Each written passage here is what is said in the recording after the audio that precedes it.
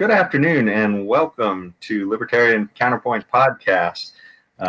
We are coming at you on October 16th, and this is going to be kind of a special show. We're going to have a guest with us, but first let me introduce you to the panel. Up in our left-hand corner, we have Leon the Word Brathwaite, last word in Liberty. He is a retired engineer in the state of California. In the lower right-hand corner, we have our screaming eagle of freedom, Tim Everett, who is a pilot in the state of California. And not retired. Yeah, not retired.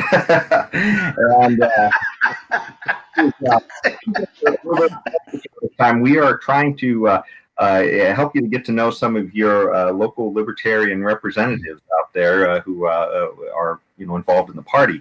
And so on this show, we are going to introduce you to Robert Demadura, who is the Solano County Libertarian Party treasurer. So welcome to our show, Robert, and it's good to have you here. Thank you. Glad to be on.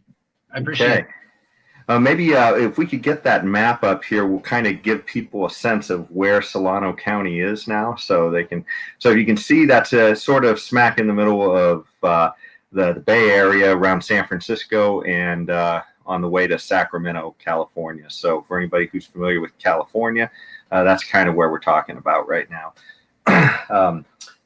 With that, Robert, why don't you start off by telling us a little bit about yourself? Maybe kind of, what got you into, libertarian politics? Are you native of California? Some of those things. Yeah, absolutely. I was actually born in Vallejo, and I grew up in Fairfield. Fairfield's my hometown. Represent, 707. But I live in Vacaville, so still in the same area, county. I love this area. I could never see myself actually moving. I mean, I'm getting closer and closer, and I'm sure everyone can understand why, but I really want to be in it to win it and really represent my area the best I possibly can. And I want to be in there and fight the fight alongside all of my neighbors in my community. So I was born in Vallejo, live in Fairfield. I got into libertarian politics when I was 19. I met a gentleman that told me the craziest thing I ever heard of in my life, and it was that there should not be seatbelt laws. And I was like, what? What are you talking about? So, I mean, that was, 13, 14 years ago, and we ended up talking, and he ended up explaining to me how liberty is so important and how people can govern themselves and how people should be able to determine their own risk factors and be given the proper, information in order to do that. And it really resonated with me. It started there, and I went like Ron Paul, Federal Reserve. I dove right in and kind of just got to the nitty gritty of some of the really important topics that libertarians talk about. And Ron Paul is a living legend. I love that guy. And I definitely give him credit for a lot of the things that I stand for even today, for sure. Definitely appreciate it. Well, that's certainly interesting. I know for me, what kind of got me in I sort of eased in with Stossel. Stossel kind of, when he was on 2020, and it was sort of like those wacky things that government does. I can't remember exactly what they called the piece, but and then eventually he had a piece on Milton Friedman, and that sort of was, sort of started to make it all make sense a little bit for me. But it's interesting to hear that, Ron Paul was sort of the bug that got you. So.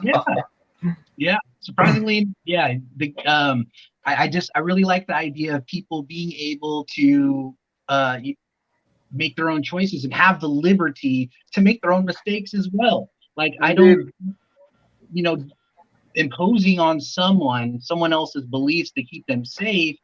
I think the best way, and it's just, kind of contradictory, but legislation through education is, I feel, a really important thing that libertarians really excel at. We're not about the legislation. It's about understanding why we should do certain things and the core values.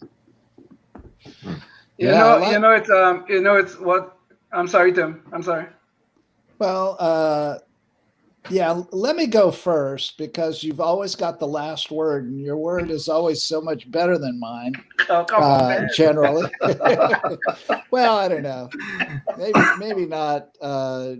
Maybe not a high percentage better, but a low percentage better than mine. So, but I was just going to say, yeah, the seatbelt laws, and similar to that, the helmet laws, and similar to that, the shutting down of the economy so that we can avoid getting disease that it's more and more looking like we're going to get it anyway, that kind of thing. But yeah, always the government always being the nanny and watching, because they know what's best for us much better than we do. I mean, heck, I remember when the seatbelt laws came in there, and I was sitting with my father-in-law, and they had just passed that seatbelt law, and I was I came. I don't know why, but I was always a stickler about everybody wearing seatbelts. So I don't have all my kids, and of course my wife is on board with it. And so here, my father-in-law is in the car with me, and they had just passed that law, and he for some reason hadn't put his seatbelt on, and I didn't notice it to remind him, which I would have, law or no law. And he said, "Oh my gosh, I better get my seatbelt on because it's like a $200 fine." You're worried more about the $200 than maybe flying through the windshield in a simple accident. Is that what you're telling me here?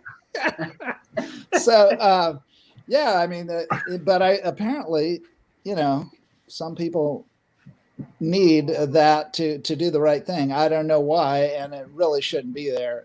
There shouldn't be a law for seatbelts and helmets and all that. So anyway, there we are. Leon?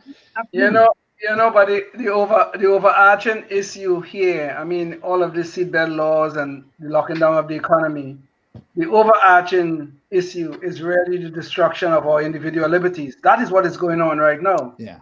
I mean, look how easy to close down this economy, and how many of us just rolled over and didn't do anything about it. And anytime you see anybody protest the lockdown, a lot of it was going on in Michigan, some of it here in California at the state capitol, the media will jump up and say, "Oh, look at these people. What are they doing? They want to spread COVID. They want a super spreader event." They are so quick to say these things. But what is happening here in present-day America is that we are seeing the destruction of our individual liberties. Yeah, absolutely. Yeah. Well, Robert, one of the things I couldn't help but notice is, you appear much younger than the rest of us. We're not exactly spring chickens on this show.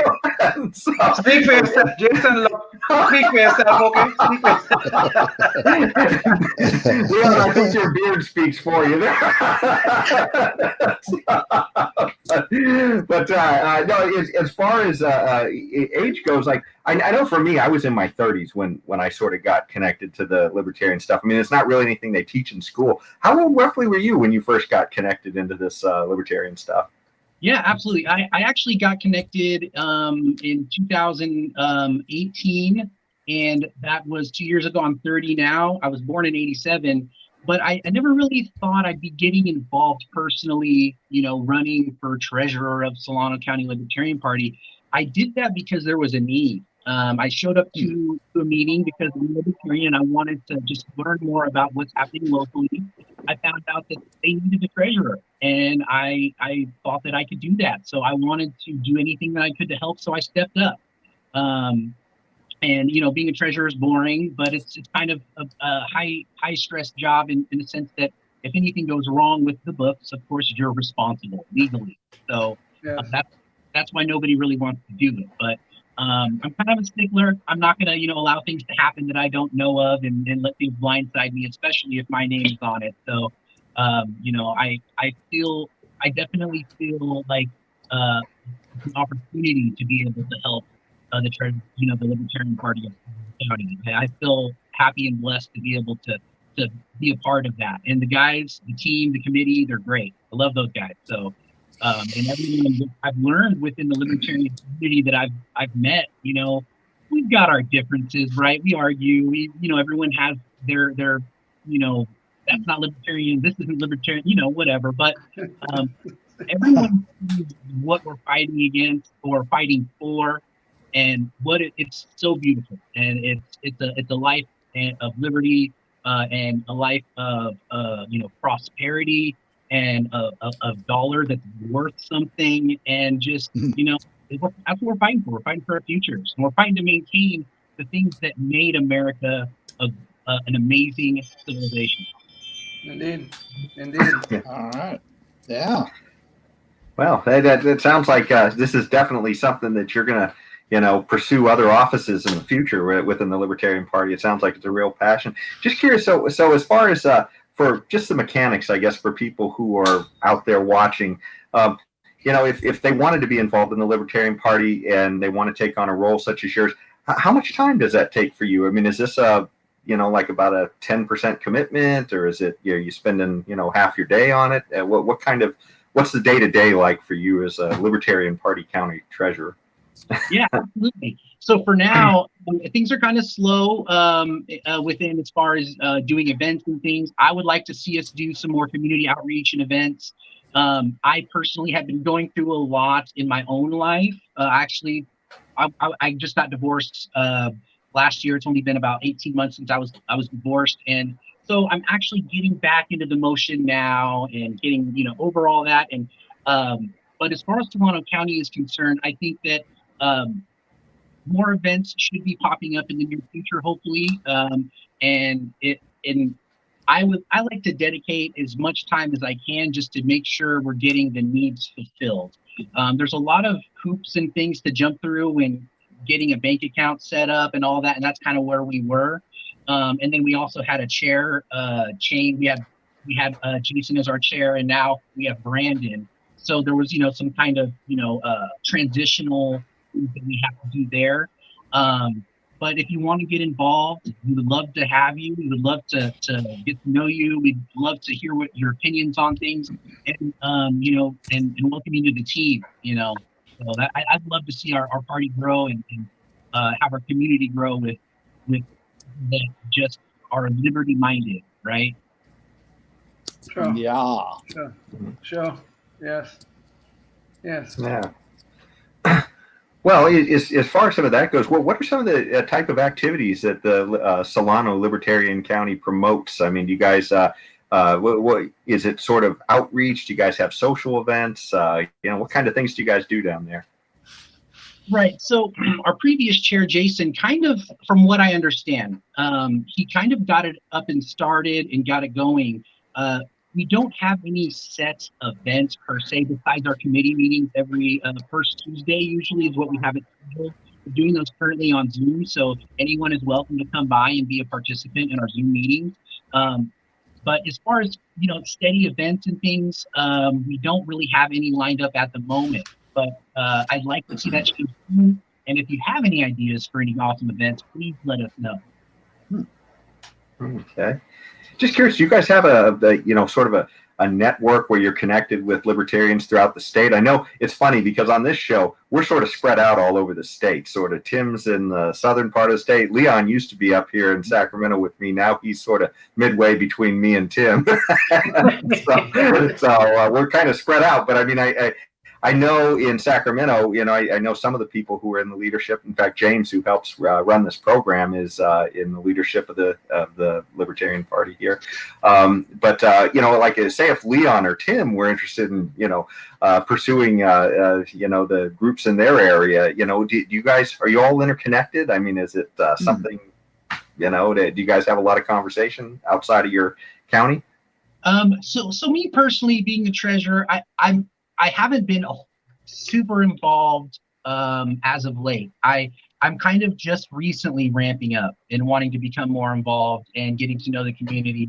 I never really imagined that I would be in this kind of position. I thought I would just, work and be in sales or something and do business. And, I didn't really think that I would be in politics in this way. So I'm kind of, honestly, I'm new. I'm kind of learning the ropes and getting to know everyone. Getting to know you guys here is such a great honor and opportunity. I watch you guys on Counterpoint all the time. So I really appreciate being able to be invited on here. Yeah, so there's our fan right there. Oh yes, yes. watch. Our job business impacted by the lockdowns. Yeah. Looks like we have a question from somebody outside. Question, yes. Yeah. So I guess, do you personally, I forgot to ask you, but as far as a personal business goes, is your personal business or your job impacted by all these COVID lockdowns? It is, in a pretty large way. I own a hair salon, a family-owned hair salon with my mother, and here in downtown called So Lavish Salon and Spa. And the lockdowns really affected our industry in a big way. And at one point, they were asking for ridiculous things like doing hair outside. But when it comes to the hair industry here in California, you need 1,600 hours to get your cosmetology license. And you need to get regularly checked on to make sure everything is sanitary, that you're following the code, to make sure everything's clean and you're doing all the proper things. We get that all the time. It's almost like it's a medical office, to be honest. But as much as the scrutiny we get, and but we were affected. We are doing better now. We are allowed to do hair, and we make sure that we ask our clients to wear masks, to respect our stylists and as well as our clients, and we do want people to be safe. And we also don't think it's reasonable to have been shut down, as long as we had been. I've got girls that rely on my business to pay their bills, to pay their rent, to feed their kids.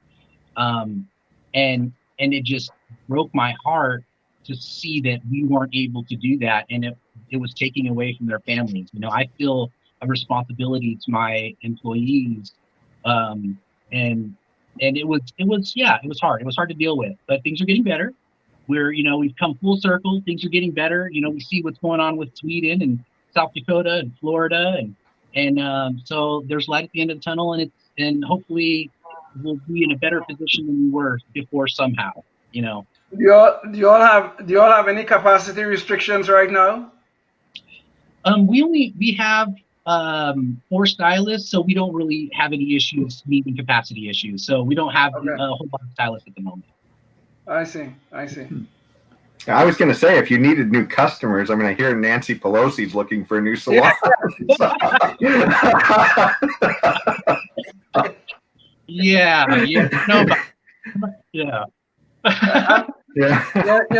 But on a serious note, these lockdowns really destroyed. Well, not totally, I guess. Some of them are still alive, but destroyed small businesses like yours.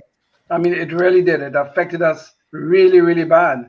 But the thing about this thing, they allow all the big chains to remain open, like Costco and Walmart and all of these big boys. They could stay open. They could figure out how to manage the virus, but nobody else apparently could. And this is the madness that was going on out there. People are losing their jobs because the government have said that certain things are non-essential, which is ridiculous. The money that you're making to feed your family is non-essential. So ridiculous. Yeah. And it's not just small business, it's big business as well. Pratt and Whitney down in Southern California here laid off recently 8,000 people. And that's related, of course, to people that are doing maintenance and repairs on the engines that are so frequently installed in different airline aircraft and so on. Because the airlines have cut back so much from the lack of demand, it's been a huge demand shock. Yeah. And not I think at least in my opinion, it's partly due to the shutdown, but also a good part of it is just people's fear of flying and perhaps not having business reasons to travel as much and so on. So it's kind of been a perfect storm to to affect not only people directly working for airlines, like pilots and attendants and mechanics and personnel, support personnel, and so on, but it's the ancillary companies like Pratt and Whitney, just a phenomenal company with a phenomenal product, and that they've just been clobbered. And then you could say the same thing for the movie house industry. Yes, and industry, yes. Like Regal just totally went belly up and are shutting down all their I mean, I guess they're already shut down, but I mean they're just closing all of their theaters around the country. So it's just things like this. And I don't know about other people's opinion about this particular thing, but I would call somebody that's cutting hair a pretty essential service, as I have gone on this show many times with quite a bit of hair that I didn't want in my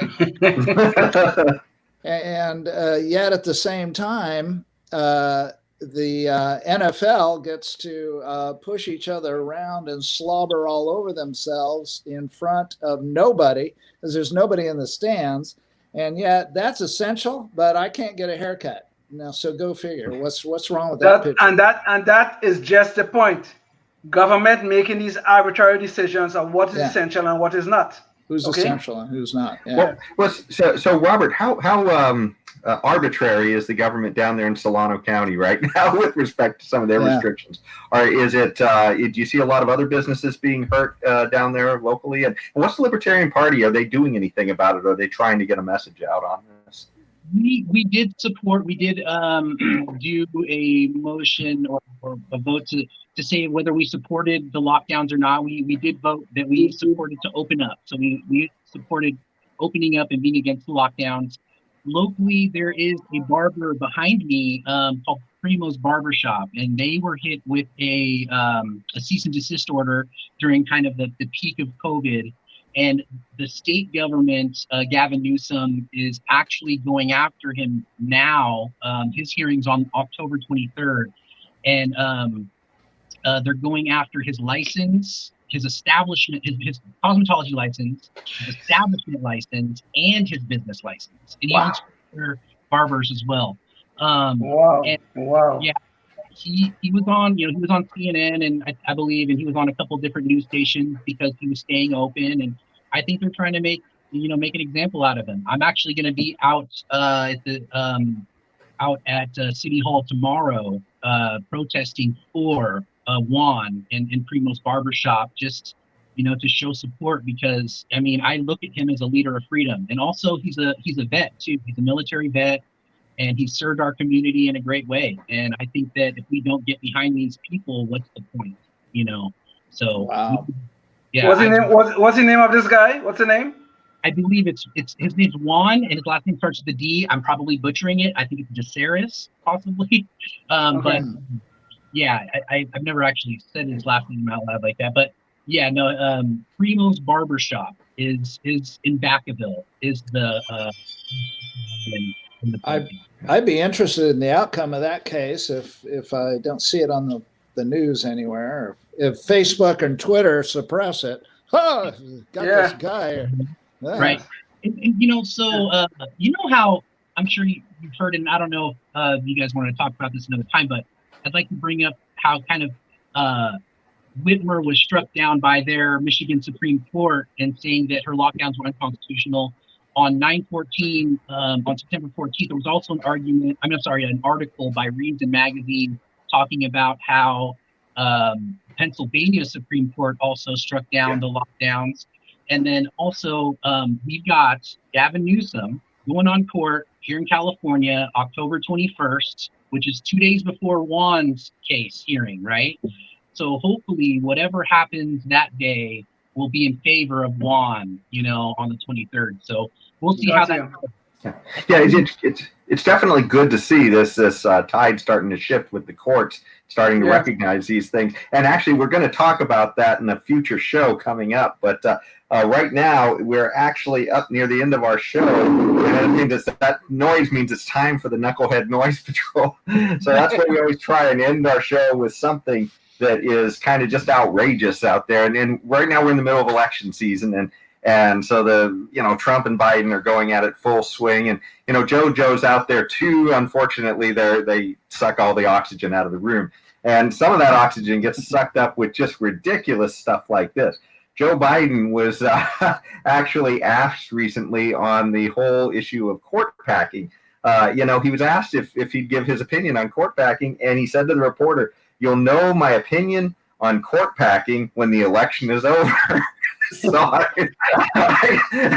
how's that for democracy? And the funny thing was too, that was followed up in another interview where a reporter said, "Hey, this isn't my readers. They need to know more than this." And so he asked them, "Don't my readers deserve to know?" And he said, "No."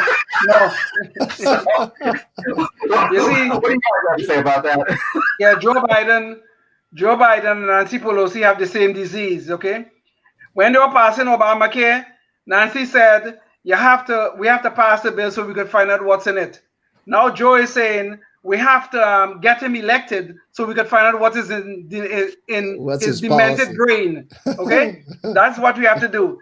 These people have a disease. They think we are so damn stupid that we can't understand what they're saying, and we cannot make a decision about our voting based upon their policy prescriptions. But no, we have to keep quiet about it so he can satisfy his base, and then we should be left in the dark, and then we should just vote in the dark like we are a bunch of damn fools. Yeah. No, thank you, Joe. I'll pass.